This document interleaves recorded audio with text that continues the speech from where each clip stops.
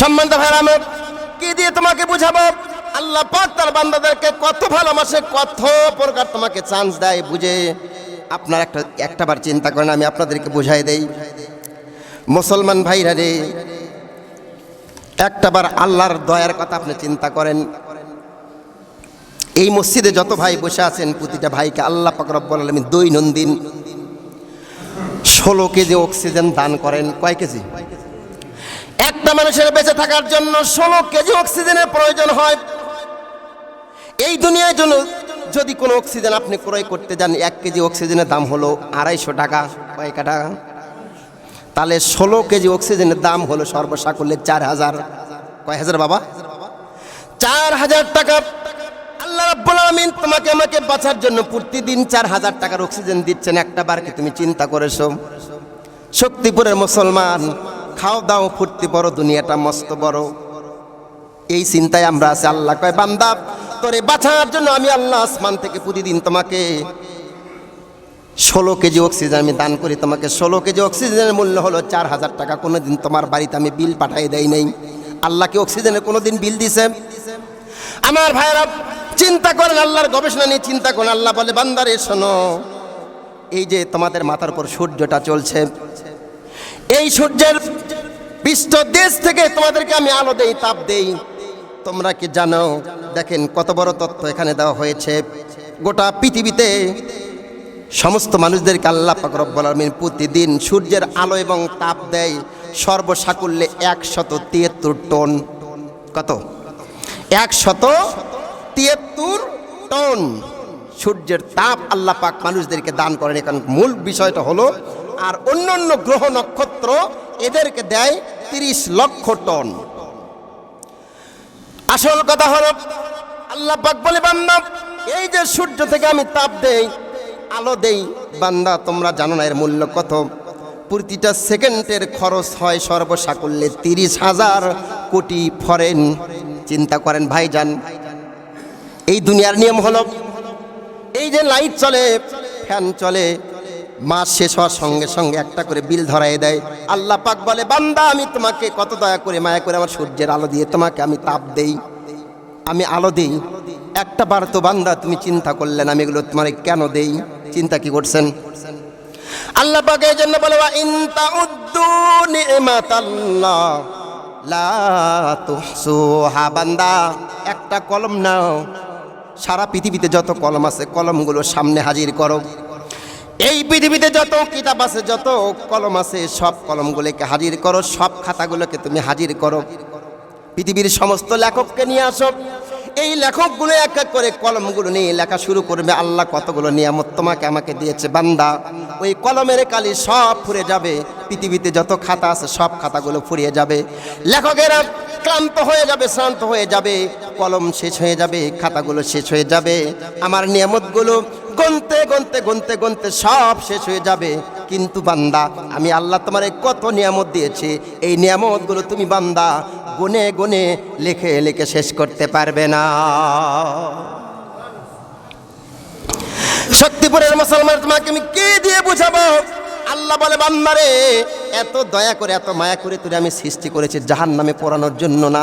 এই জন্য আমি বারবার আমি আল্লাহ তোরে ওয়ার্নিং দিচ্ছি, বান্দা সময় আছে এখনো, সাবধান হ, সাবধান হ, ফিরে আয়, তওবা কর। হে বান্দা, তুমি যদি সুন্দর করে তওবা করতে পারো, আমি আল্লাহ তোমার জন্য জান্নাতের রাস্তাটা পরিষ্কার করে দেব। গাড়ি পরিবর্তন করেন, জান্নাতের গাড়ি ধরেন। সম্মানিত বন্ধুগণ আমার, তার মানে বোঝা গেল তওবা করতে হলে তোমাকে 3টা শর্ত মানতে হবে। 1 নাম্বার, যে ভুলটা করেছো এই ভুলটাকে তুমি স্বীকৃতি দিবা, হ্যাঁ আমি এটা করেছি, আমার ভুল হয়েছে, আমি অপরাধটা করেছি, আমার অপরাধটা ভুল হয়ে গেছে, আল্লাহ তুমি আমাকে ক্ষমা করে দাও। মন প্রাণটা উজাড় করে মন থেকে একটাবার আল্লাহকে বলেন তো, আল্লাহ আমার ভুল হয়ে গেছে, তুমি মাফ করে দাও।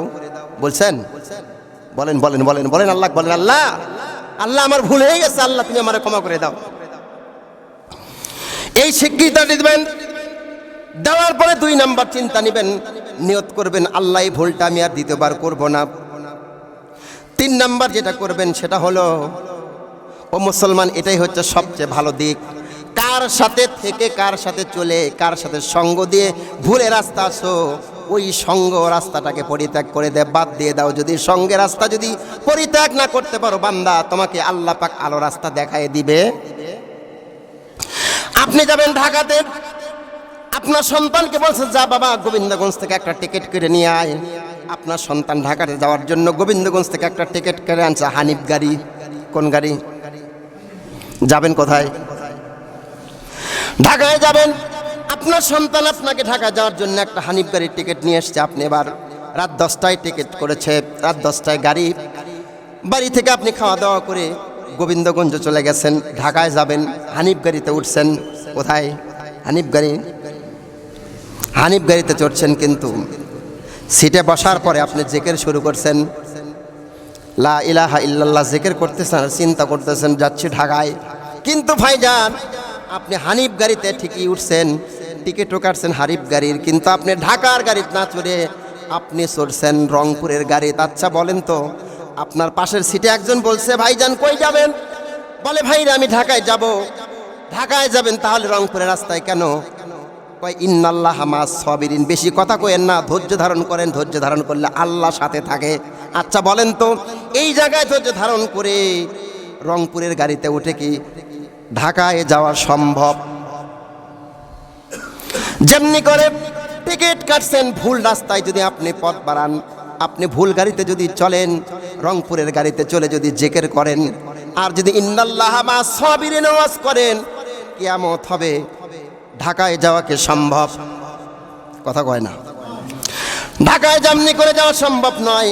আল্লাহ পাক রব্বুল আলামিন বলে বান্দা, আমার জান্নাতে যাওয়ার একটা গাড়ি আছে, এই গাড়ি বাদ দিয়ে অন্য গাড়িতে চললে জান্নাতে যাওয়া সম্ভব।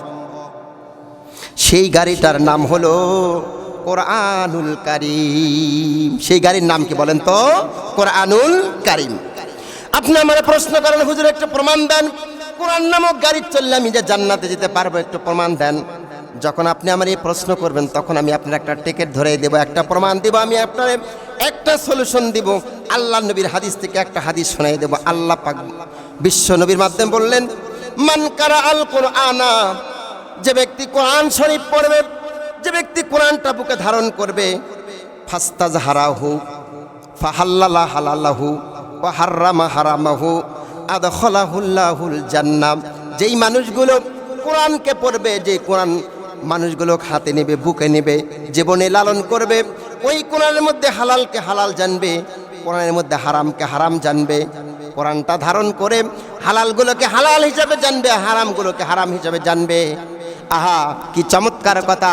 আল্লাহ পাক বলছেন ফাআদখালাল্লাহুল জান্নাহ, আল্লাহ পাক ওই ব্যক্তিকে জান্নাতে দাখিল করাইয়া দিবে। সুবহানাল্লাহ। কোরআনকে যারা ধরবে, কোরআন নামক গাড়িতে যারা উঠবে, টিকিট কাটবে, আল্লাহ পাক তাদেরকে জান্নাতের মেহমান হিসেবে কবুল করবে। বলেন সুবহানাল্লাহ। সুতরাং ভুল গাড়িতে না চড়ে আমাদেরকে সঠিক গাড়িতে চড়তে হবে। সঠিক গাড়ির নাম হলো কোরআন। আর সেই কোরআন থেকে তোমাকে আমাকে শেখাই দিচ্ছে, বান্দা শোনো, বান্দা শোনো, কোরআন নামক গাড়িতে উঠে জীবন চালাও, আল্লাহ পাক তোমাকে জান্নাতে ওই গাড়ি দিয়ে ঢুকাই দেবেন ইনশাআল্লাহ।